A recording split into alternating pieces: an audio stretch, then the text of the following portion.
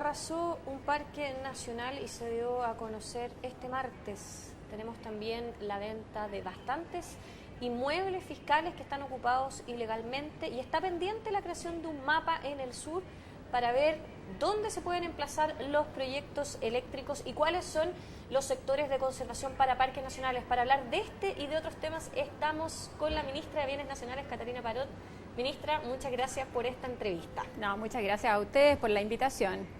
Empecemos con el mapa, que es uno de los temas más contingentes que tenemos y que fue anunciado en la Comida de la Energía por el presidente de la República, Sebastián Piñera, que dijo que se va a hacer un catastro de cuáles son las zonas en las que se pueden emplazar proyectos hidroeléctricos en el extremo sur del país y cuáles son las zonas que son de conservación para parques nacionales.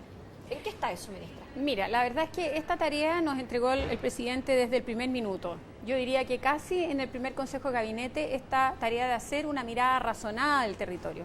Pero la tarea apareció ante la opinión pública a raíz del caso Barrancones, cuando realmente se salta a la opinión pública un conflicto entre la conservación y el desarrollo de los proyectos generadores de energía que el país necesita. A raíz de este mandato del presidente, nosotros hemos estado desarrollando una herramienta que nos permite visualizar el territorio, cuáles son las potencialidades de uso, cuáles son las restricciones que se presentan sobre el territorio, y ya tenemos instalada dentro del Ministerio de Bienes Nacionales esta herramienta que nos va a permitir y que ya nos permitió hacer un primer ejercicio de una carretera eléctrica en la quinta región y que resultó un ejercicio muy interesante que le fue presentado al presidente en el marco de un Consejo de Gabinete más chico que es el Consejo de Gabinete de Ministros para el Territorio. Es en el marco de este Consejo que el presidente nos mandata hacer un análisis especialmente en la zona de la Patagonia para analizar las potencialidades del desarrollo hidroeléctrico en la zona y además para establecer una zona de protección en la Patagonia, porque al presidente le interesa que la Patagonia sea una región protegida. Y ese análisis lo estamos haciendo y trabajando en conjunto con el Ministerio de Economía y en el conjunto con el Ministerio de Medio Ambiente.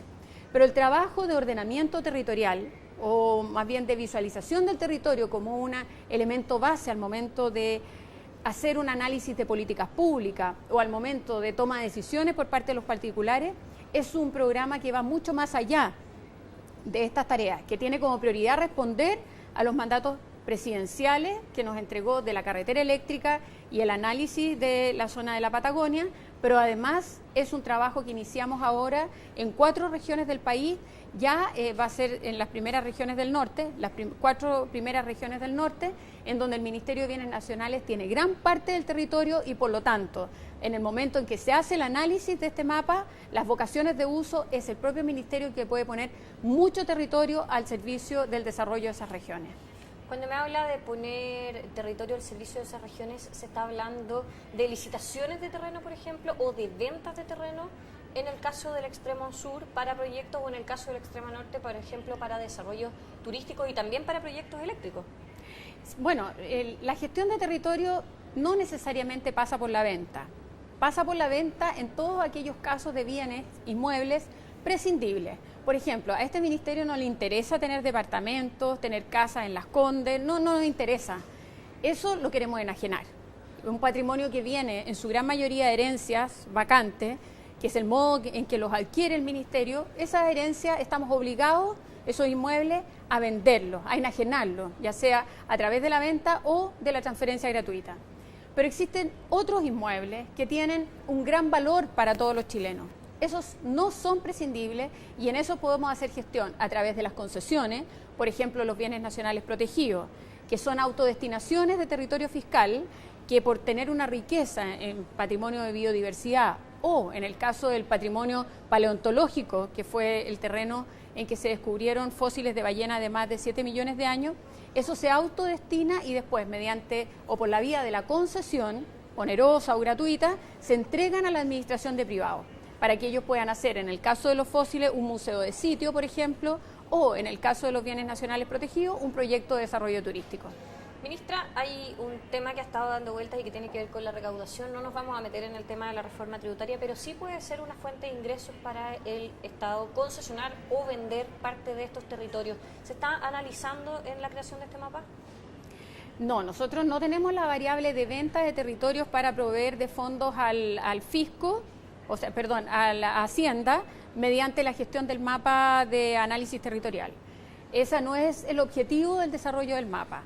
Sí, obviamente, si nosotros llegamos a una zona y vemos que esta tiene un tremendo potencial de desarrollo industrial, ahí hay muchos terrenos del Ministerio de Bienes Nacionales que se pueden licitar para que efectivamente se lleve adelante el desarrollo de esos proyectos industriales. Es decir, el foco es desarrollo más que recaudación, sin ninguna duda. Sí, por supuesto. Perfecto. ¿Y hay alguna medición de cuánto estamos hablando, cuántas hectáreas están hoy en manos del Ministerio de Bienes Nacionales? Bueno, eso fue una tarea que tuvimos durante el primer año, porque nosotros cuando yo llegué al Ministerio, la información que tenía era que 33% del territorio nacional continental estaba en manos del fisco.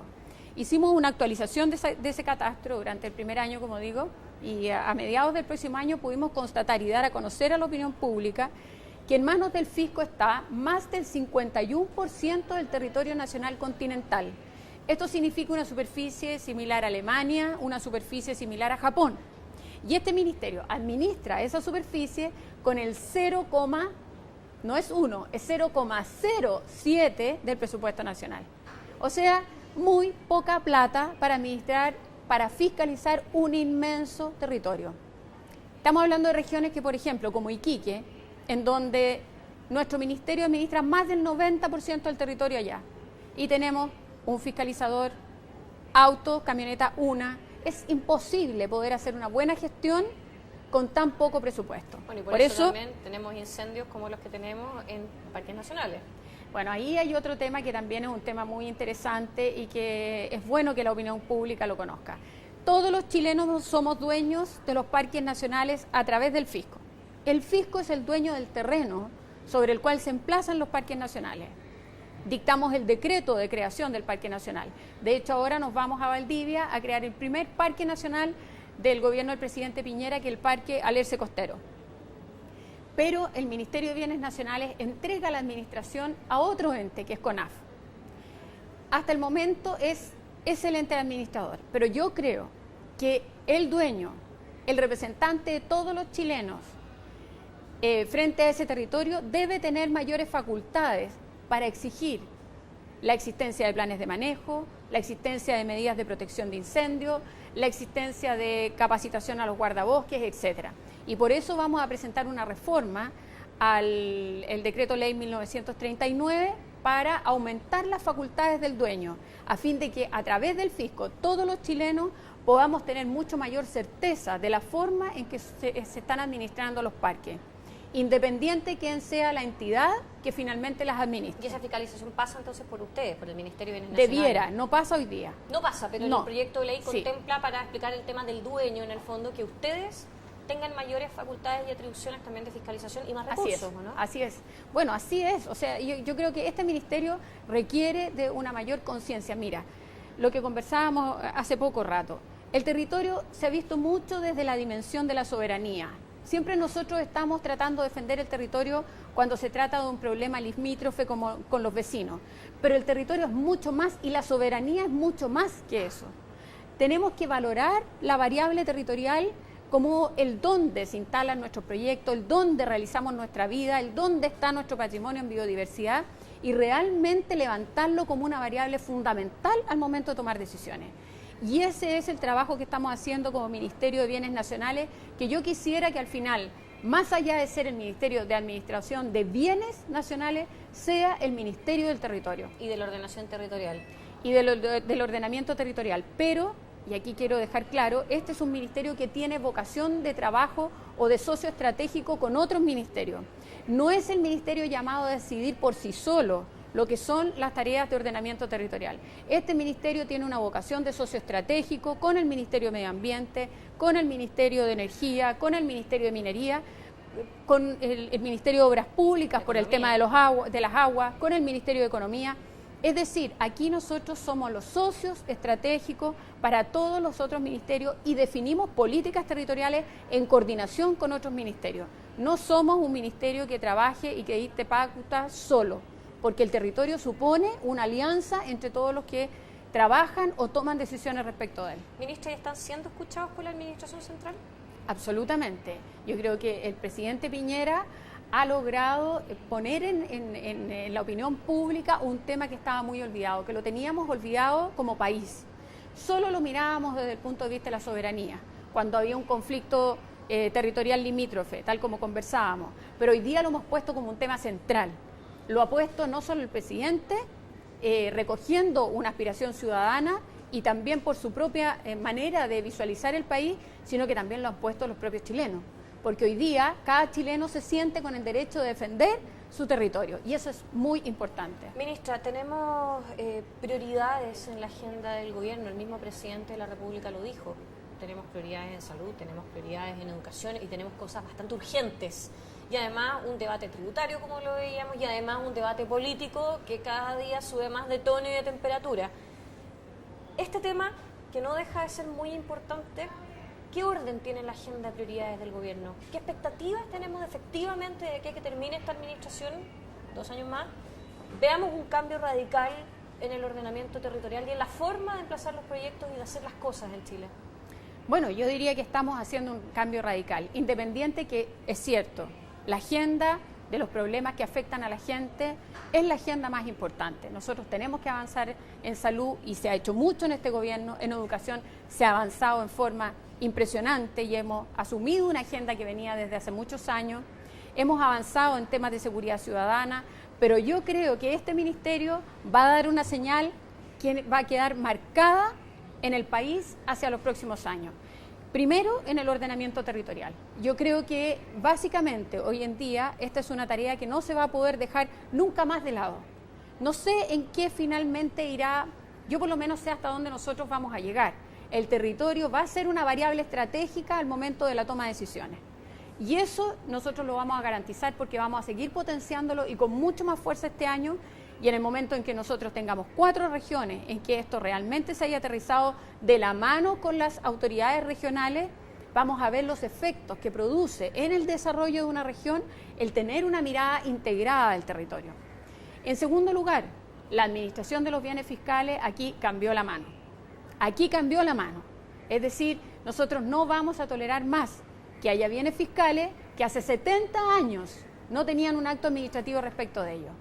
El promedio de inacción respecto de falta de acto administrativo, llámese arriendo, concesión, etcétera, respecto de los bienes fiscales en la región metropolitana era de 13,7 años. Estamos hablando de las 619 inmuebles ocupados ilegalmente. No, son 795 inmuebles que están ocupados irregularmente, de los cuales nosotros pudimos fiscalizar 755 porque 40 están literalmente desaparecidos, inubicables.